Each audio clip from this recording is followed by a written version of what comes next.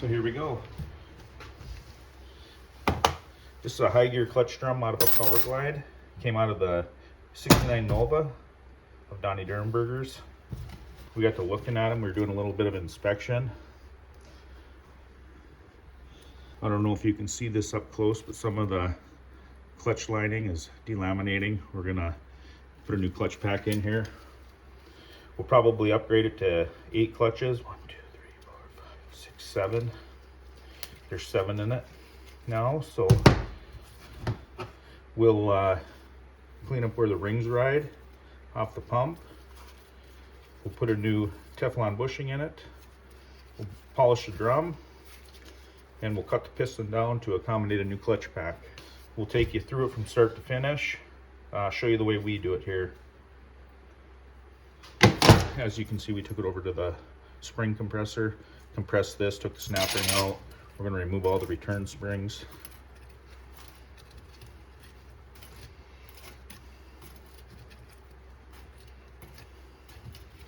Pull the piston out.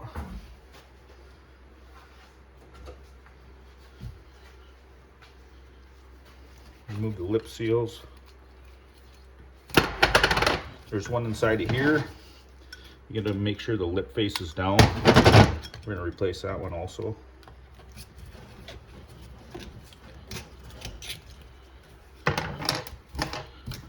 There's your 2 seals for the high gear clutch drum. Get this drum cleaned up. So we put some compressed air on this ball here. We make sure that's free. If that ain't free, it'll not bleed the clutch off the way it's supposed to for the return. That's where the inner lip seal seals against this surface. We always put this on the lathe and we polish this up a little bit, so I'll go do that. So we went and got a new fine piece of emery cloth. Right inside here is where we're going to polish it. That's the inner lip seal for the high gear clutch drum.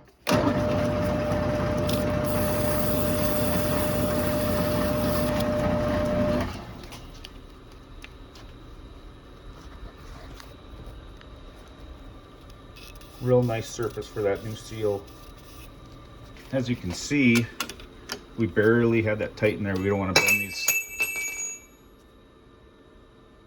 That's where your return springs index on, is those little nubs. As you can see, the inner seal for the high gear clutch drum has a perfectly smooth spot to seal on. I doubt that these ever real leak, but we always do polish them, like I say. If you didn't know, on a high gear clutch drum for a Power Glide, the bushing, which we installed Teflon, as you can see, the bushing is the same as a 700 R4 or a 4L60E pump.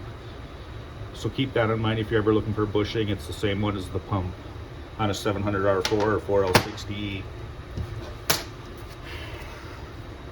This one had a Babbitt style bushing in it. We're going to replace it, like I say, with the Teflon one. We'll knock that out now.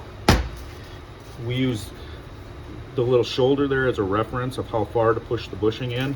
If you make a mental note of where that bushing's at, you can be off a few thou either way and it won't hurt nothing. But the closer you keep the bushing to the beveled side and the ring side, the more surface area on the high gear clutch bushing you have with the pump stator. And I'll show you where that goes. So these are the 2 sealing rings that go in the drum here. They have the hydraulic line pressure for the high gear clutch. That bushing goes right on here.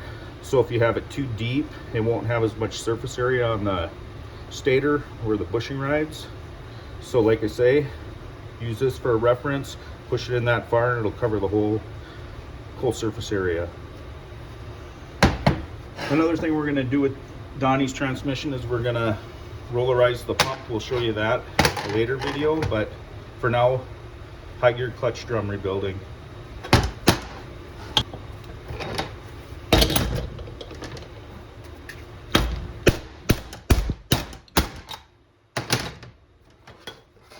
As you can see, that's with the bushing knocked out. The next thing we're going to do is we're going to take it over to the parts cleaner, put our hone in here. We always resurface the area in here where the sealing rings are. Again, these aren't worn super deep. There probably isn't much leakage, if any, but we always do like to recondition that as well on every rebuild.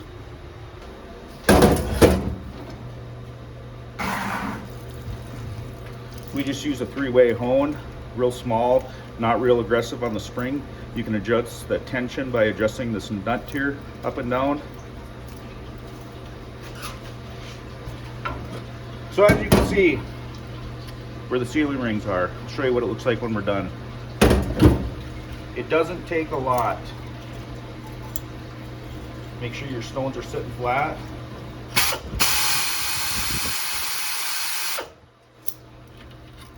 As you can see, we didn't do it very much.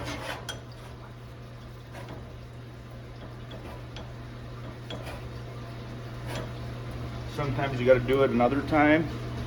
You can still see a little bit of a mark there, so we're going to try to get, there's another one there. Try to smooth those out a little bit more.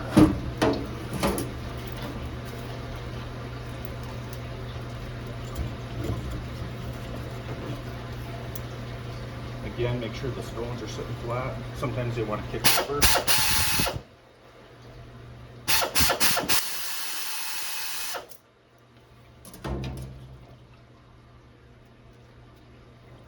I think that'll probably get it. We never try to spend a lot of time in there. If you get to where you have to spend a lot of time in there, we just replace the drum. The Teflon seals usually seal pretty good, but you know, we don't take the chance. Next thing we're going to do is go polish the drum up a little bit. As you can see, we got the drum in the lathe. We don't spin it super fast. We just like to run a 80 grit sandpaper across the face where the band rides for low gear.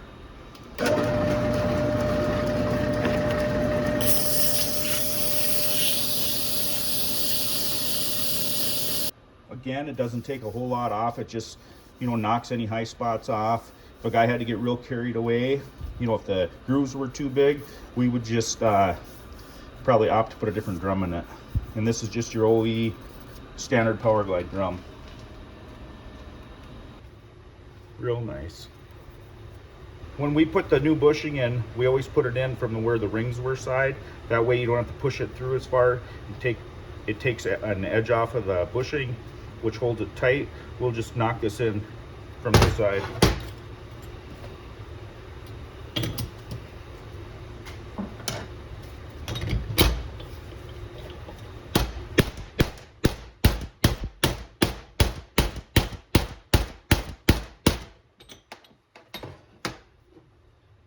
As you can see, I'm not in all the way. I'll knock it down just a little bit more, but if you stop and look, don't put it too far past. You can knock it back, but we just try to knock it through the one way. Get just a little bit more.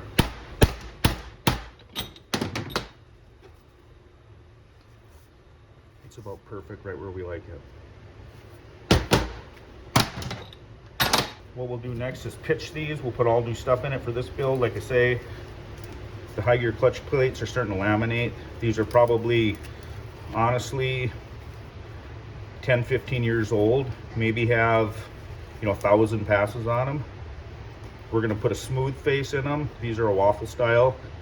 Some people would like to tell you that the oil goes in them when they apply. I'm not an engineer, can't prove that, but it makes sense. But we opt to use the flat ones for more surface area.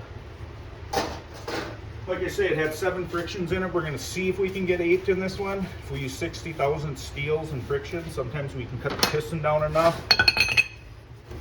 When you're setting a clutch pack clearance and you're stacking 8 up in here, a lot of times we have to put this on the lathe and cut this down to get the optimum clearance. This particular clutch on most of our superclass cars, we run 60 thousandths. If we run a 10 clutch pack, we might run up 80. But we do like 60, that's what we do in all our builds. So like I say, that's a smooth-sided Alto Red racing clutch. 60,000 steels, also 8 and 8.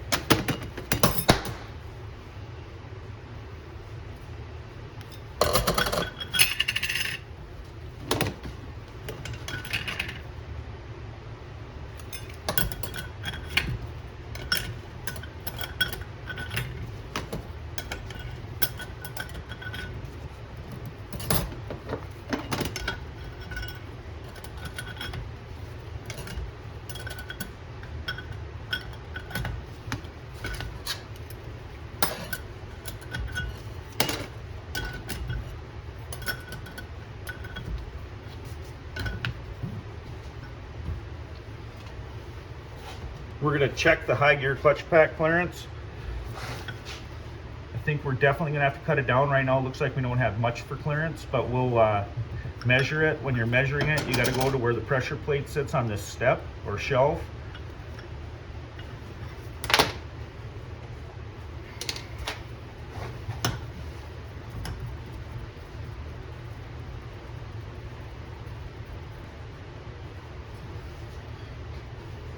To the shelf, it looks like we got about 318 thousandths.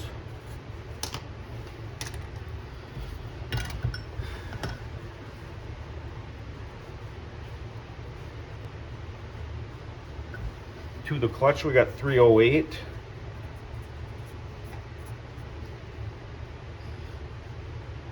So we're gonna have to, the clutch pack is actually 10 thousandths taller than the shelf or the step. So we're gonna have to, if we're gonna make the clutch pack 60 thousandths overall, we need to take at least 70 thousandths off.